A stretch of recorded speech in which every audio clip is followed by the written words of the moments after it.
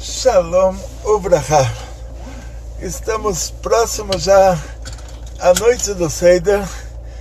Então, a nossa maior preocupação, a gente sabe que o Pesach, a festa de Pesach, ela tem uma base sobrenatural. Deus cobra de nós um comportamento sobrenatural e nós recebemos em troca disso também um comportamento divino sobrenatural. Ou seja, você quer que Deus te faça milagres verdadeiros, dá motivo para isso.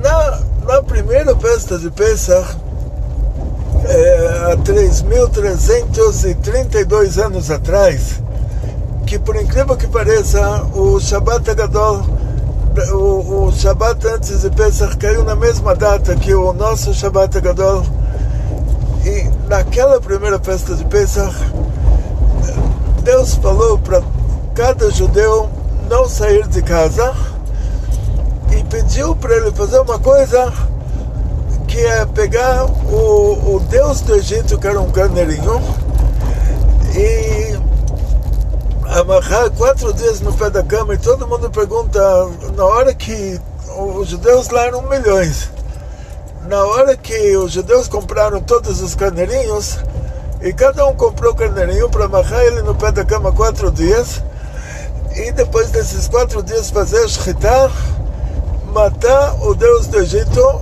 e ainda passar o sangue do lado de fora, nos 3 lados da porta, no lado de cima, no lado direito, no lado esquerdo, do lado de fora. Eu ia falar umbrais, mas não sei se todo mundo tem dicionário em casa, então aí, o dia que me falaram umbral da porta, eu peguei o dicionário, mas agora, da mesma maneira que eu não teria como pegar um dicionário, agora talvez vocês também não tenham. De qualquer maneira, o Deus pediu para nós fazer uma coisa que colocou a gente num tremendo de um perigo. Ou seja, os judeus lá eram mais... Se você imaginar que saíram do Egito 600 mil homens nas idades entre 20 e 60, você multiplica que cada homem com 20 anos já era casado, já tinha alguns filhos, e ele tinha um pai que tinha mais de 60, um avô e muitas vezes um bisavô, que as pessoas antigas viviam mais tempo. Moshe faleceu com 120. Então, coloca aí, multiplica esses 600 mil. Cada um tinha uma mulher, então já são de 600 mil, já é 1.200.000. Aí coloca mais umas 5 crianças, ou seja, a gente chega no número de milhões. Mas imagina que só os 600 mil homens, cada um teve que comprar um carneirinho. Então terminaram todos os carneirinhos do Egito. E o carneirinho lá era Deus.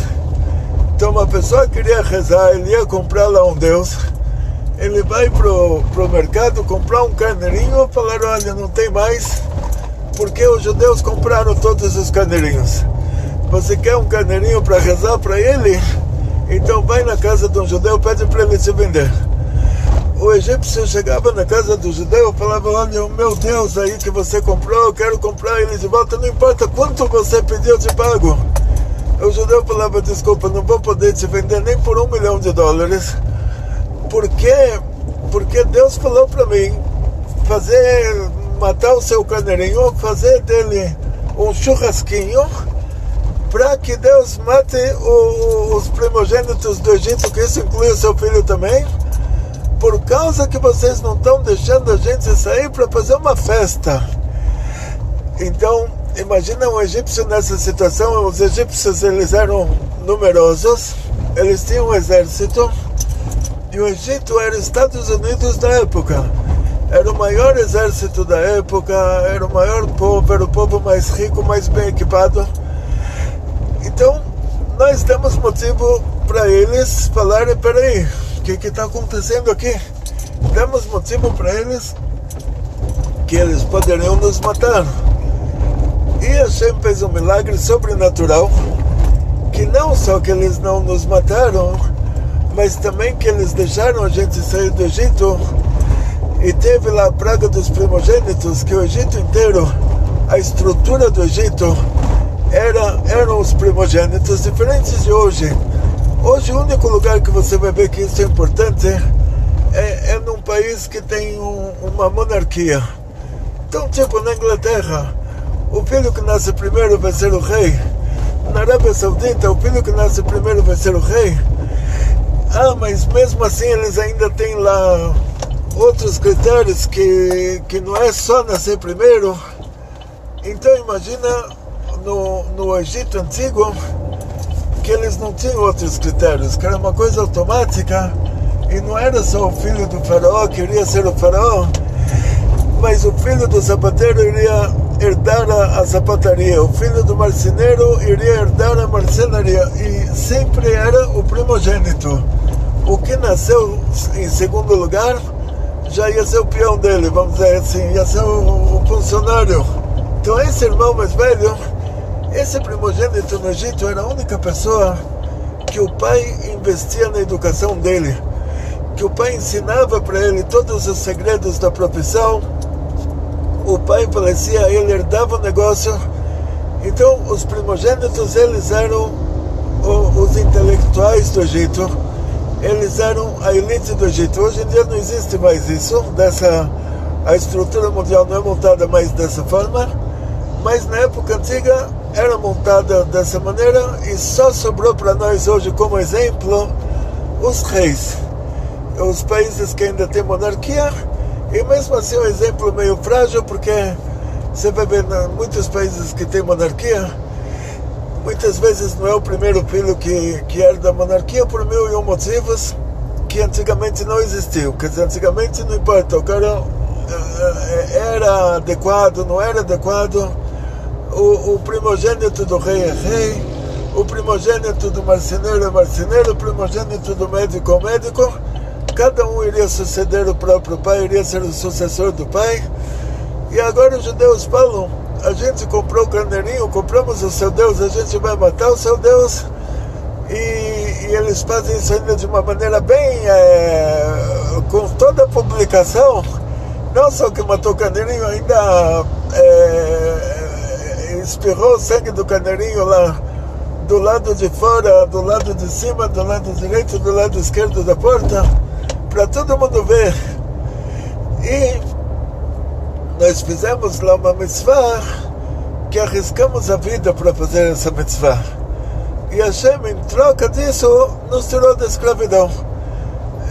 Essa mitzvah que a gente fez causou a praga dos primogênitos, que fez com que os egípcios nos libertassem da escravidão.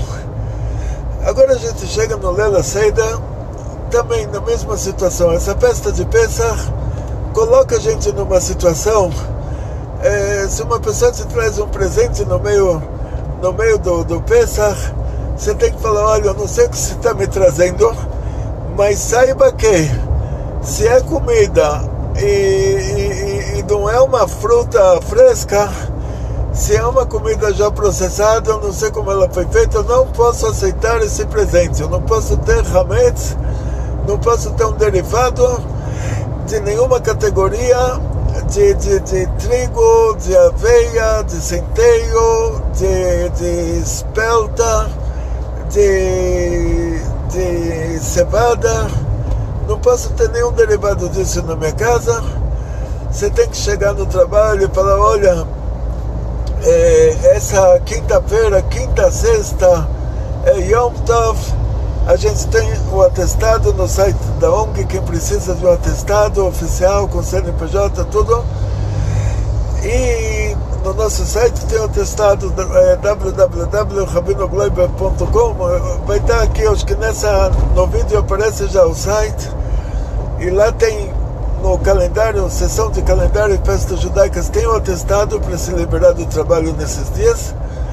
Muita gente não vai trabalhar por causa da época dos governos que estão proibindo as pessoas de saírem de casa, mas quem precisa trabalhar, imprime esse atestado e leva até quarta-feira. Fala: olha, quarta-feira, a partir do pôr do sol, não trabalho mais.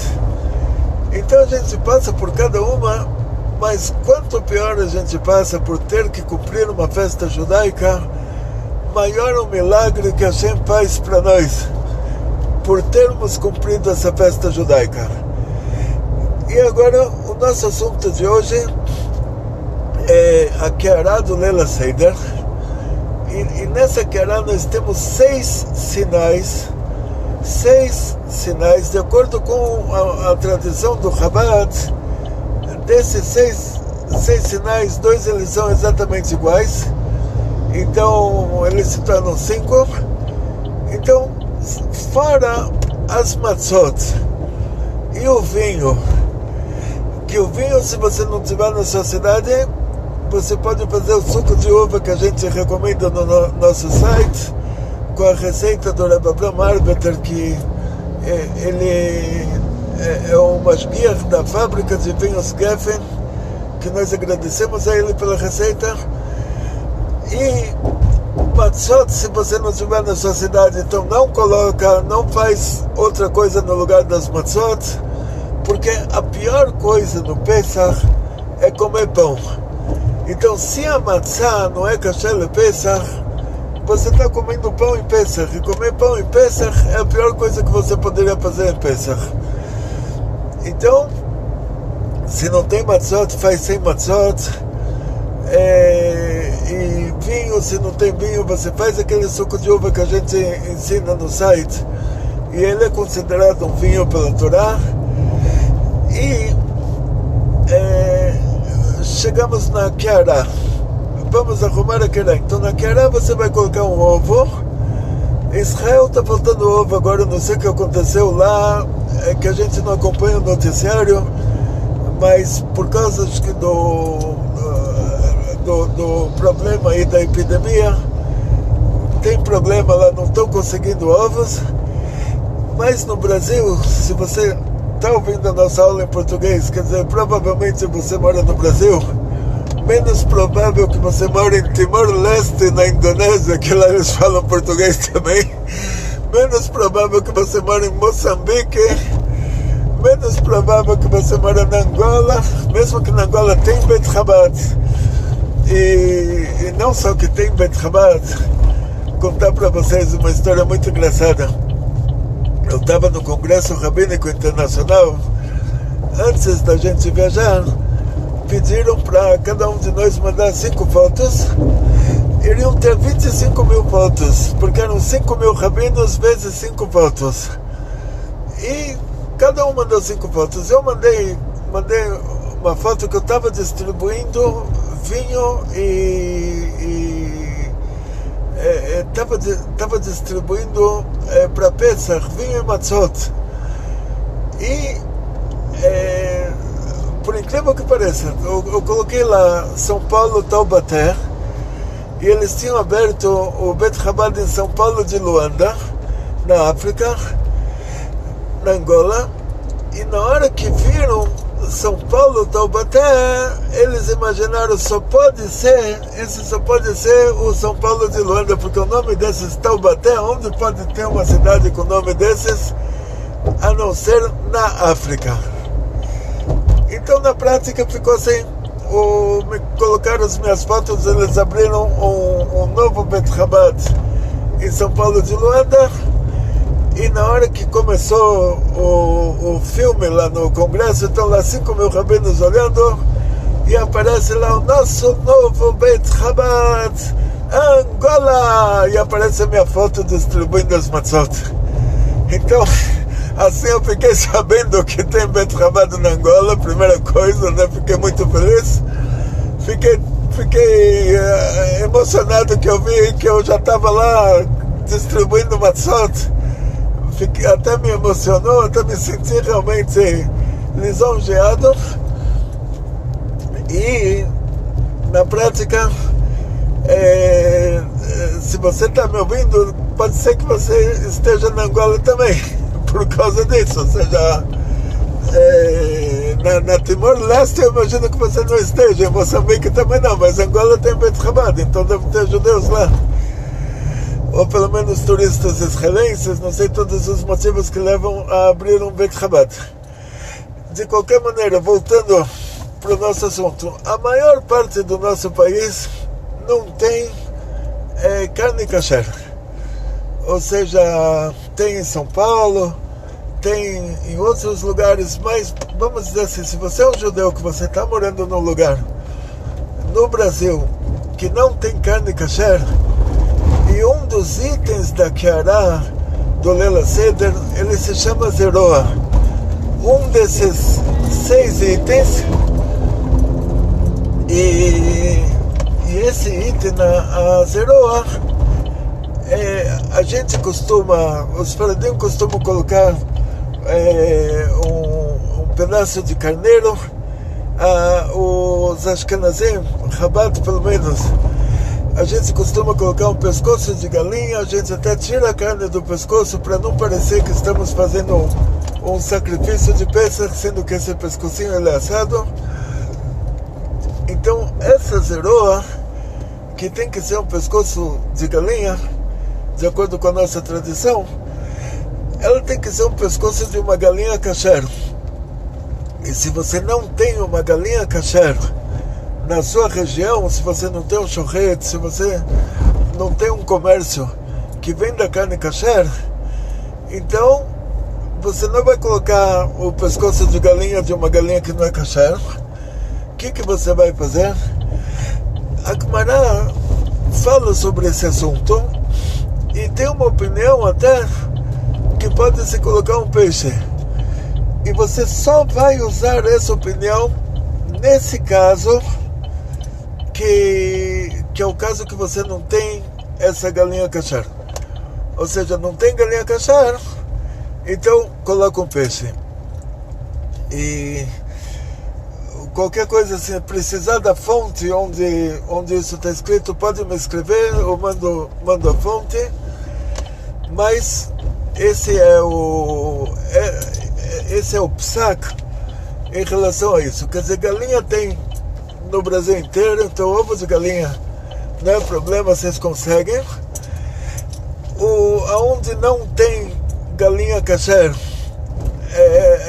mas o ovo da galinha, a galinha tem que estar viva para botar o ovo, então enquanto ela está viva, ela está kasher.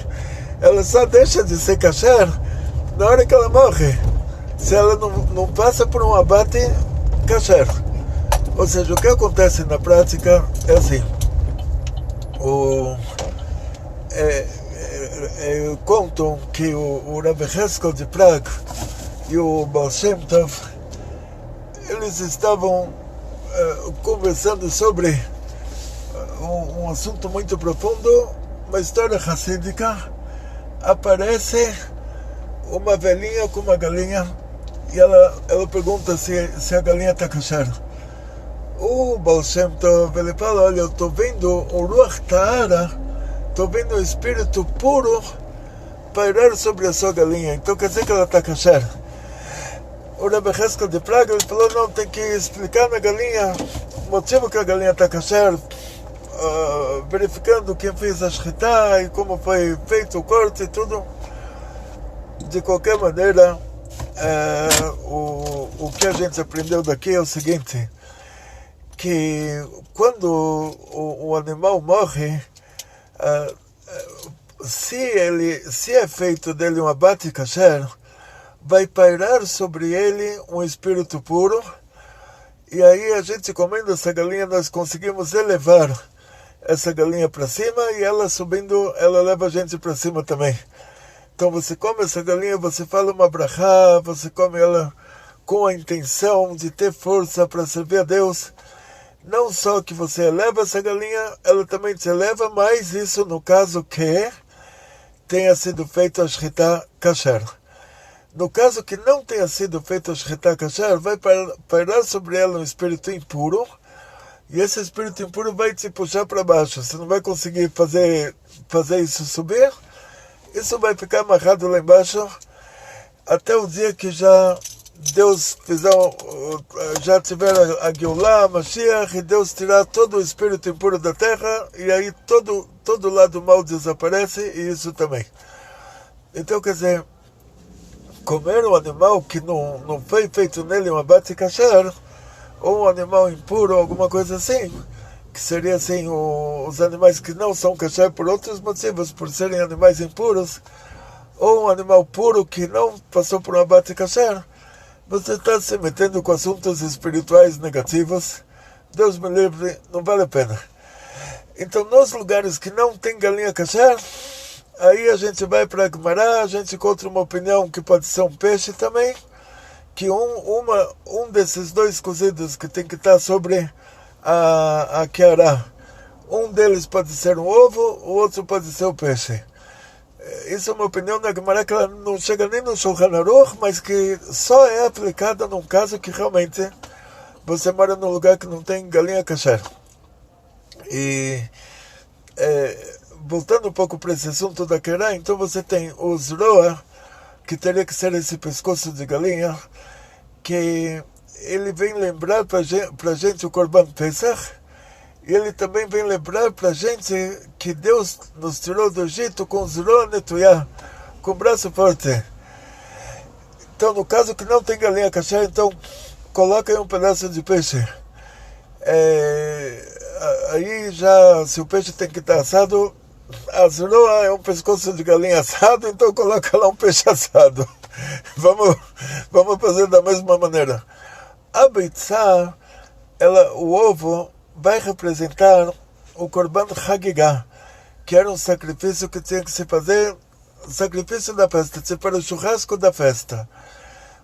Então, a zroa, o Korban Pesach, representava o Korban Pesach, e por isso até a gente não costuma comer a zroa no Leil HaSeder, por isso que o original da zroa tem que ser um pescoço de galinha, que é um animal que não é sacrificado no Bet HaMikdash, para deixar claro que não estamos fazendo sacrifícios de Korban Pesach. E, continuação, temos na Kiara, fora o ovo e o pescoço da galinha, nós vamos ter o maror e a hazeret, que os dois podem ser alface romana, os dois podem ser endívia, os dois podem ser raiz forte, e o ideal é você colocar ou a endívia com raiz forte ou a alface romana com raiz forte, e na hora que você vai comprar a endívia e a raiz forte, você já vai sentir o que é maror, o que é uma vida amarga. Na hora que você tem que pagar por isso, principalmente em São Paulo, você vai sentir já esse amargor. Antes do Leil HaSeder, você já sente o amargor.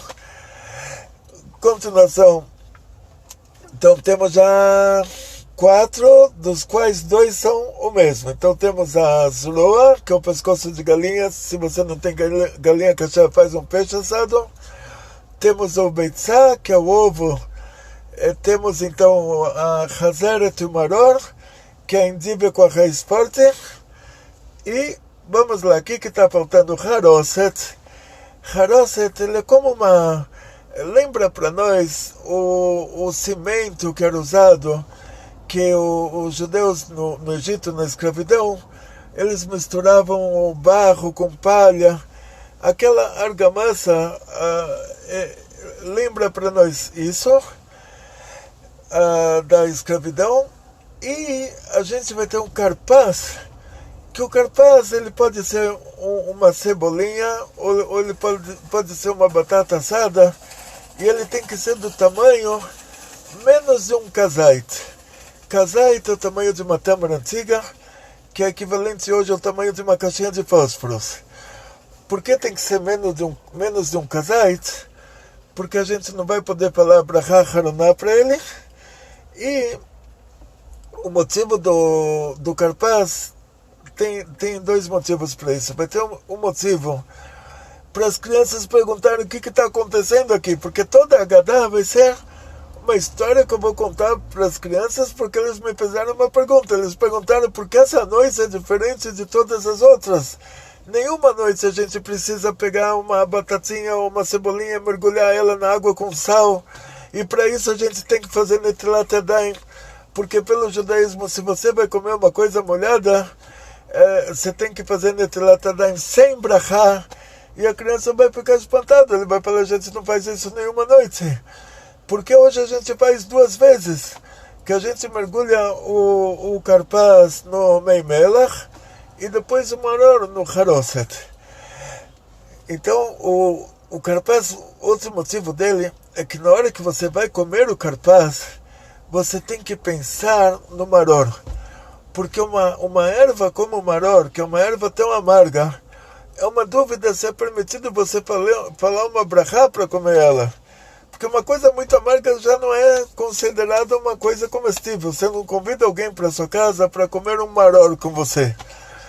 Então por isso a gente faz a brachá no carpaz, que é uma cebola, uma batata, que já é uma coisa comestível, que você convidaria alguém para comer uma batata com você. E a gente tem a intenção, na hora que a gente faz a brachá do carpaz, a gente tem a intenção também que essa brachá a gente está fazendo também para o maror, porque o maror é uma dúvida se a gente poderia falar uma brachá diretamente para ele. Então esses são os 6 sinais da Keará. E o maror, ele aparece lá 2 vezes. Uma vez ele vai ser comido como maror separadamente, né? Porque ele tem que aparecer 2 vezes. Uma vez ele vai ser comido como maror, quer dizer, você vai falar uma brachá, asher kedushanu b'mitzvotav v'tzivanu al achelat maror, que a brachá que se fala para o maror somente no Leil HaSeder. Se você comer ele o ano inteiro, você não fala brachá, e aí você vai passar o maror no haroset e vai comer, não se inclina nessa hora. E o segundo maror que tem na Keará, que é a Hazeret, você vai usar ele para o korech. Korech, você vai pegar a última matzá, você vai quebrar ela em 2 pedaços, vai colocar o maror no meio, vai fazer um sanduíche de matzá e maror e dizer quem nasceu lel e comer inclinado. E que vocês tenham um Pesach Kashar Besameach, um Leil HaSeder cheio de alegria e muito sucesso, muita saúde, muito dinheiro, muitas felicidades. Pesach Kashar Besameach. Tem que estar feliz, tem que estar entusiasmado que Hashem deu para nós um mandamento tão importante. A gente trabalha duro, mas compensa. Kol Tov, então, Arbe Hatzlacha, Pesach Kashar Besameach, Vekol Tov.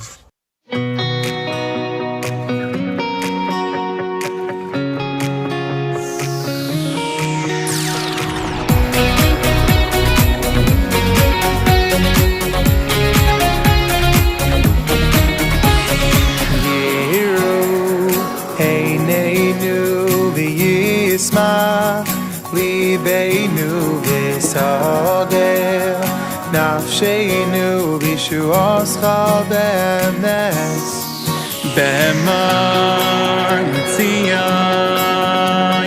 malach Elokeich b'mar l'tzion malach Elokeich ki ha'malchut shelcha Yomei Atin Loi B'chavai Ki HaMalchut Shelcha Hiu Li Yomei Atin Loi B'chavai Ki HaMalchut Shelcha Hiu Li Yomei Atin Loi B'chavai Ki HaMalchut Shelcha Hiu Li Yomei Atin Loi B'chavai